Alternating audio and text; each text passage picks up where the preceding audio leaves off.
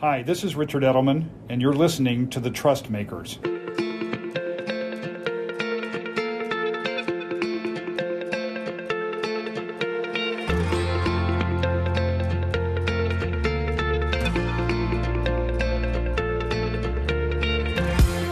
Hi, I'm Justin Blake, Executive Director of the Edelman Trust Institute. As we record this podcast, Americans are going to the polls. To help us analyze the role of the media in this year's election, I am pleased to be joined by Lynn Walsh, an Emmy Award-winning journalist and Assistant Director of Trusting News, a research and training project that empowers journalists to demonstrate credibility and earn trust. Lynn, welcome to the Trust Makers. Thank you so much. Glad to be here. Trusting News started in 2016 with the goal of equipping newsrooms with ways to demonstrate credibility and actively earn trust. What are some of the things Trusting News provides to newsrooms and journalists to help them earn trust with the communities they serve? Our goal is to help journalists rebuild trust with their communities and their audience. A lot of that starts with making sure journalists are aware and understand what it's like to be a news consumer. Why we start there is that we know that being a news consumer can be frustrating. It can be an experience that leads to avoiding news content potentially, or leads people with feelings of anxiety. And so we start there because if journalists can look at it from the news consumer's perspective, we believe that they can then address the issues with humility and better serve the community. And so once they have that understanding, we then move to focusing on transparency and engagement. And those are the two main areas that we know can help build trust if journalists are more transparent about what they do and how they do it. And then also if they engage with their audiences and listen, what do they need? What do they want? What's going to help them in their daily lives?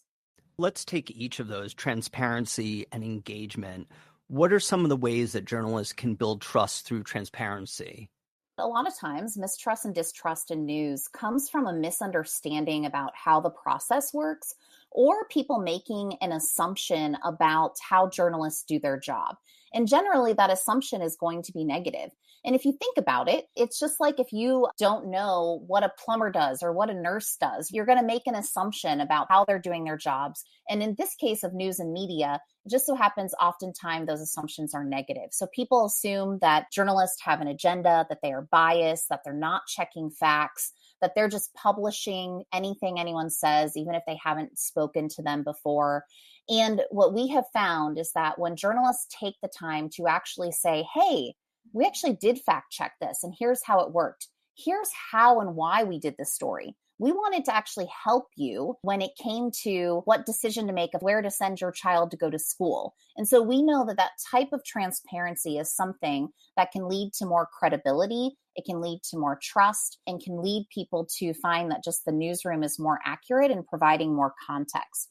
From the engagement standpoint, it's actually a little simpler. If you think about just who you trust in your daily lives, they're probably people you know or brands or people you've interacted with online. Well, the same goes with trust in news and trust in people who are giving you news content. People want to have these relationships. And so how can we do a better job as journalists of being available to have conversations, but also listening so we're aware of what kind of content would be helpful to the communities? What do they need? What problems are they looking to be solved? So on the front end, it's about sourcing more of your stories from the communities and the ultimate consumers of your news. If that's the case, can you give some examples of where you've seen people do that successfully?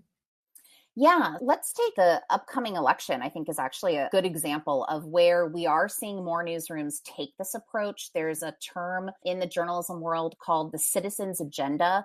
And it's this idea that instead of covering the election and covering politics more generally from the standpoint of what a politician or a candidate is saying, so instead of just covering what they're saying and what they said at their press conference, instead, you're going to your audience and saying, what problems do you want the government to help you with?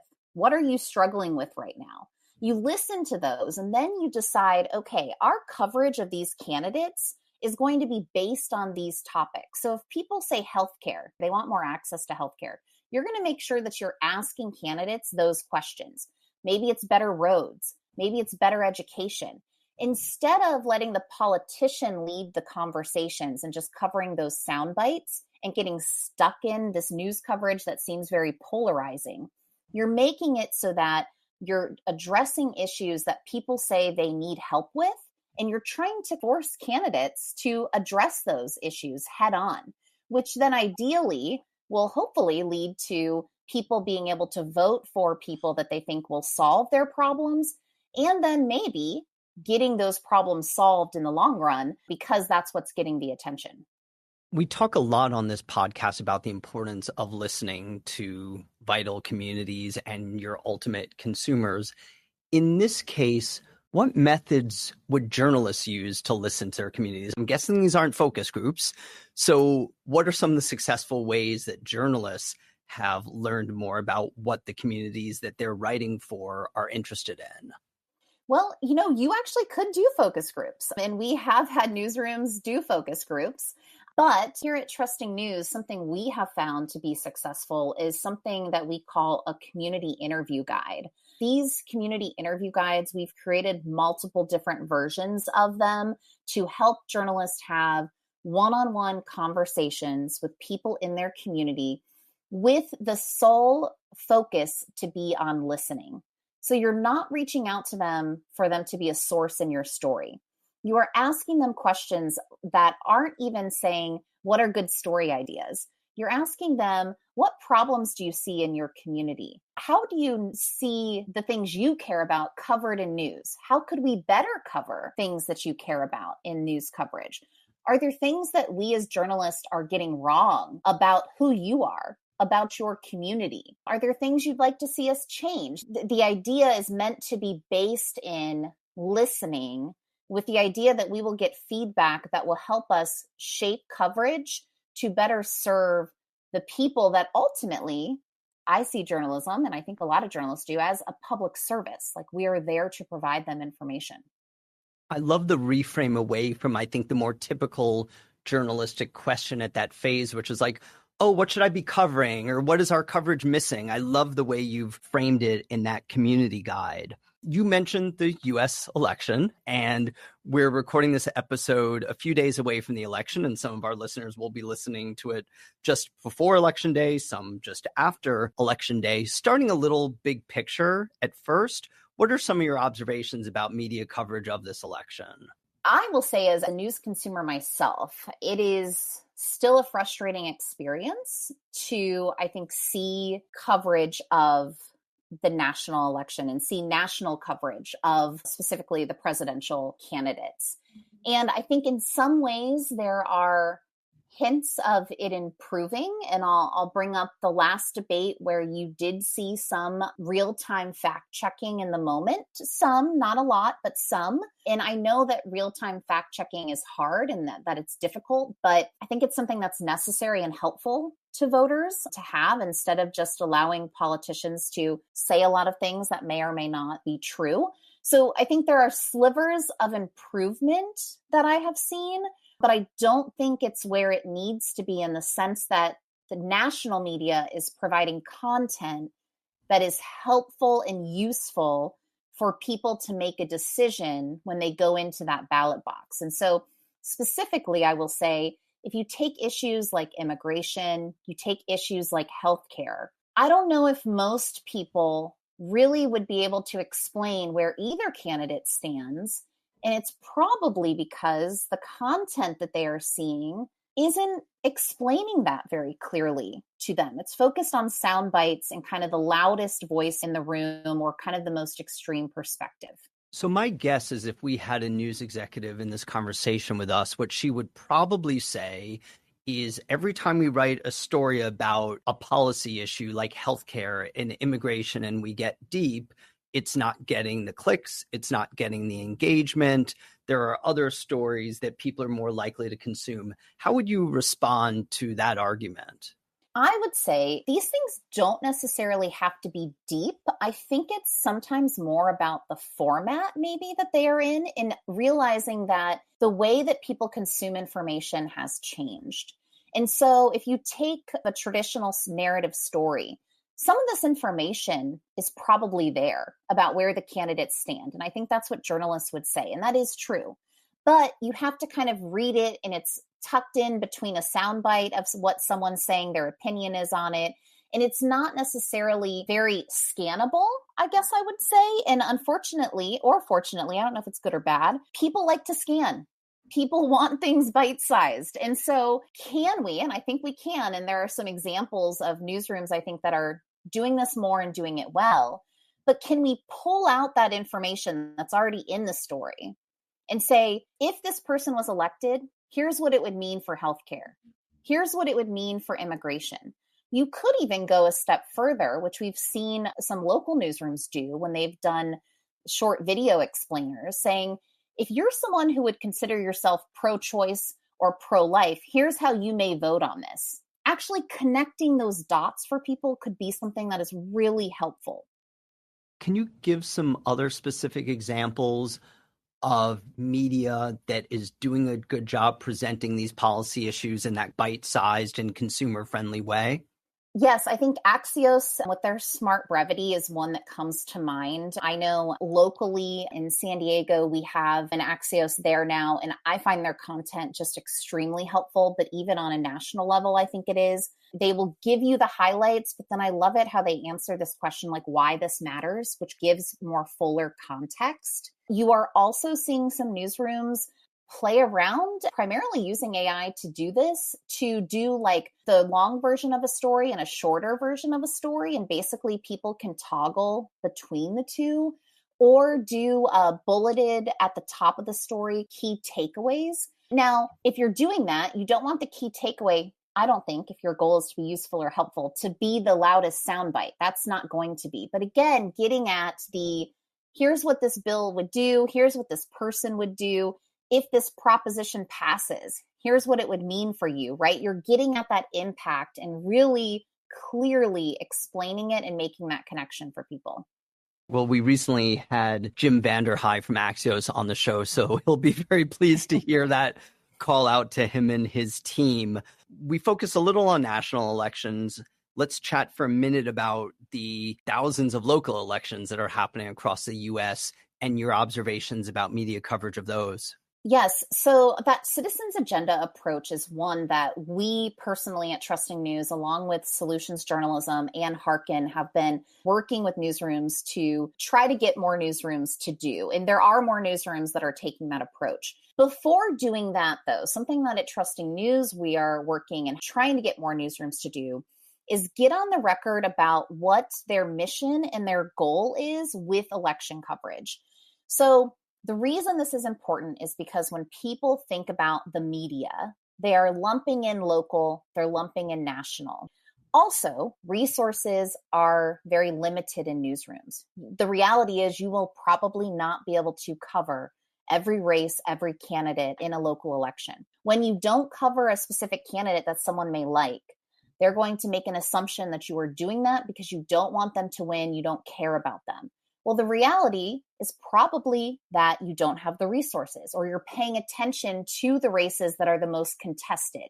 So what we walk journalists through from the beginning is explain how you're going to cover this election coming up. So are there certain races you're going to focus on more? If so, explain that. Tell people why. Tell people why you won't be able to focus on some of the others, or how or where people might be able to get information if you can't provide that context. So the idea goes to that idea of the transparency, right? If people see your coverage and they only see one story, which is often the case, they're not consuming all of our content. We have to remember that. How can we make sure that they understand what our goals and mission are? And again, also connect coverage. If you covered one candidate with one story Tuesday, then you covered the other candidate on Wednesday, connect that coverage online and on air so people know that you did cover both. It's just that you did it on opposite days. This context of why we're covering this campaign, not that campaign, can you get really practical for a moment? How would you suggest that shows up in coverage? First and foremost, we give newsrooms advice to create basically FAQs or an FAQ page that's going to say, what races are we covering this election? What candidates are we going to be focusing on? Why are we only focusing on these specific races or these specific candidates? One example related to politics more general, which newsrooms have explained, which I think is important, is in a lot of states, you have legislatures that are controlled by one party or the other. So maybe it's Republican Party or the Democratic Party, right, in that state. People are then confused why you only cover or focus on bills that are supported or sponsored by Republican candidates. Well, the reality is that those are probably more likely to become law. So you focus on those for that reason. And so explaining that can go a long way, because otherwise the assumption is that you're covering it because you want to see that pass or you want to see that fail.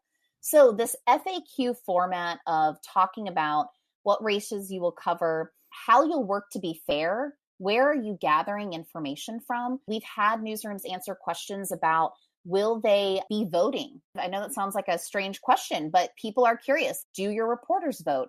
Do they donate to candidates? Are there any conflicts of interest? And so to answer those questions of how your team, and again, specifically with politics, how you work to check any bias and how you work to be fair. And it's hard to have a conversation about local elections without talking about how local news has been decimated.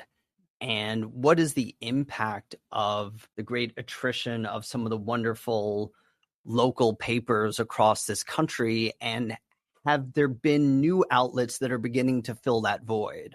Yeah, one, you definitely are seeing news startups that are popping up that are primarily focusing on and trying to do news a little differently, and actually are very receptive to this idea of getting on the record and being very transparent about mission and goals.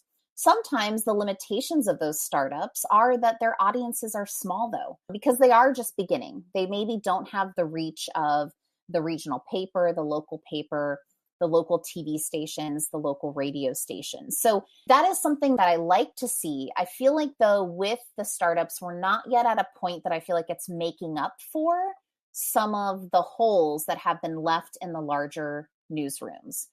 Now, you are seeing also some examples of some newsrooms trying to see how AI might be able to fill some of those holes that are being left by people being laid off. Cal Matters has a great resource in California to their voter guide is just incredible and amazing. And then they also have developed a whole democracy page that basically uses AI to listen to public meetings and provide information about how people have voted. And when I say how people have voted, how the politicians have voted on different bills, and to fill in some of those blanks so that if I'm a voter, I can now actually go see how someone I might vote for has voted across the year. How many times have they not shown up? How many times have they shown up?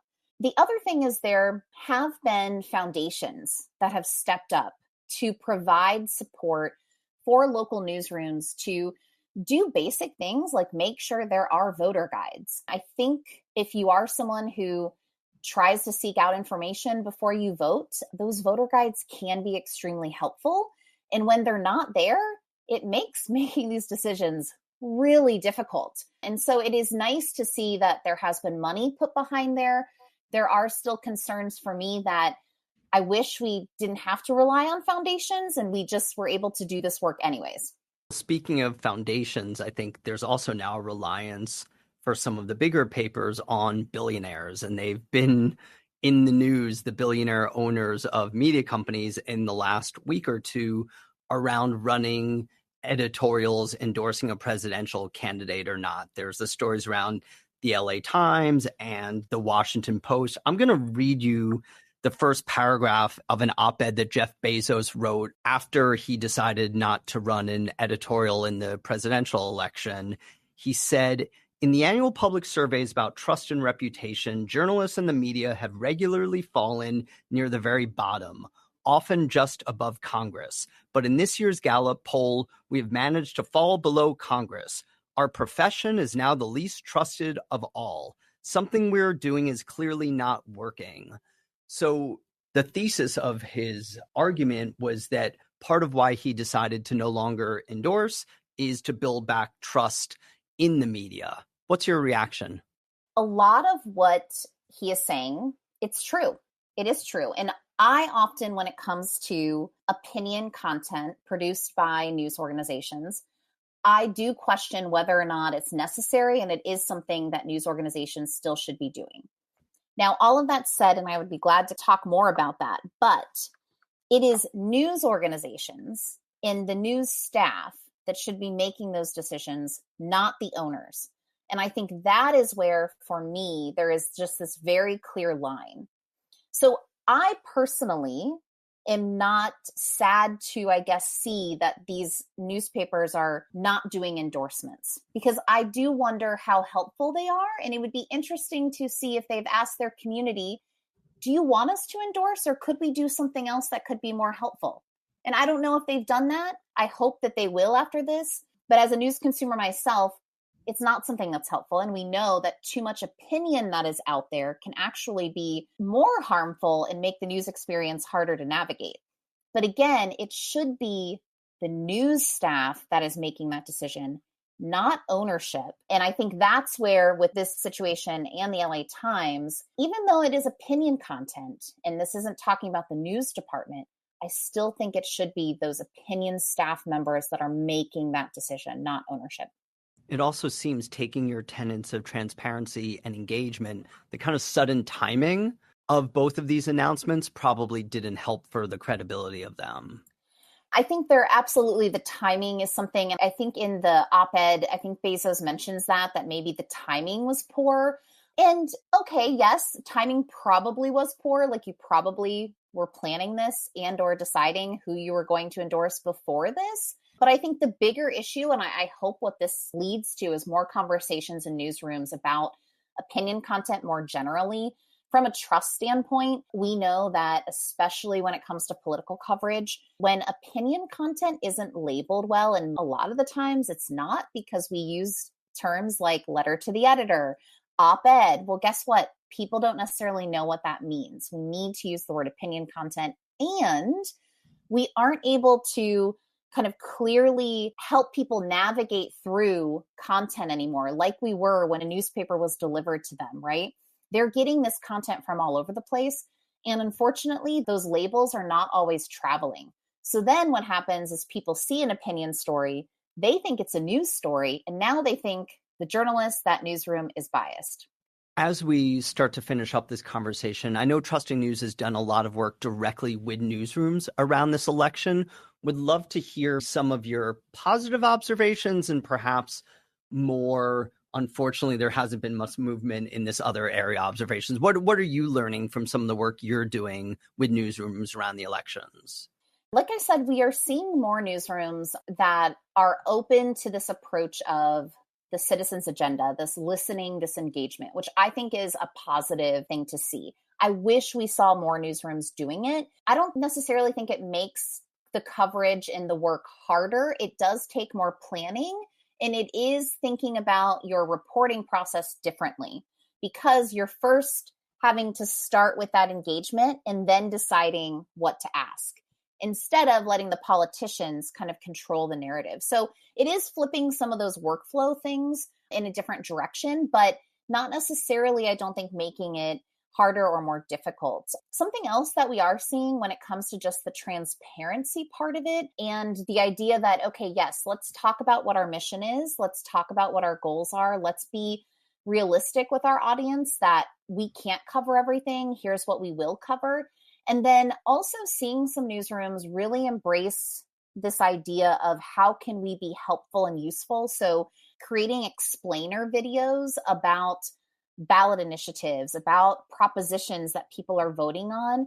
And then one other thing that I will add is newsrooms really making sure that they're taking time to explain the basics of voting. This is something that I think newsrooms maybe don't necessarily see as their role, but unfortunately, if people don't understand how ballots are counted, how elections are determined, who wins, and why does the AP determine who wins the election? Well, The AP does not determine that, but here's how that works and where that information is coming from. So some of those basic explanations about just how our government works, how the process works, we're seeing more newsrooms share that information. And that is really helpful because you're giving people a basis of understanding that gives them the on-ramp to then kind of consume the content that's happening, participate, and understand the importance of participation. Well, our own research has looked a lot at the importance of trust in electoral systems for maintaining and building trust in government and all institutions. So I think that's a great point to end on. And it's nice to think that the media can play a positive role in that. Yes, and we hope more newsrooms do it. And I think the one thing I would say, if you're a newsroom out there listening and thinking, oh my gosh, it's one more thing to do, the good news is there are good explainers that already exist that you can link to, whether that's the Associated Press, organizations like PBS, and just other places that you don't have to necessarily create this content yourself. You can link to what's there to still support that and provide that for your community. Lynn, it's always a pleasure talking to you. I really appreciate all the work you're doing in this space and for sharing your insights and expertise with our audience today. And to our listeners, thank you for listening to The Trust Makers. Thank you for tuning into The Trust Makers, an Edelman podcast in partnership with Advertising Week, where we speak with leaders and other trust builders across institutions.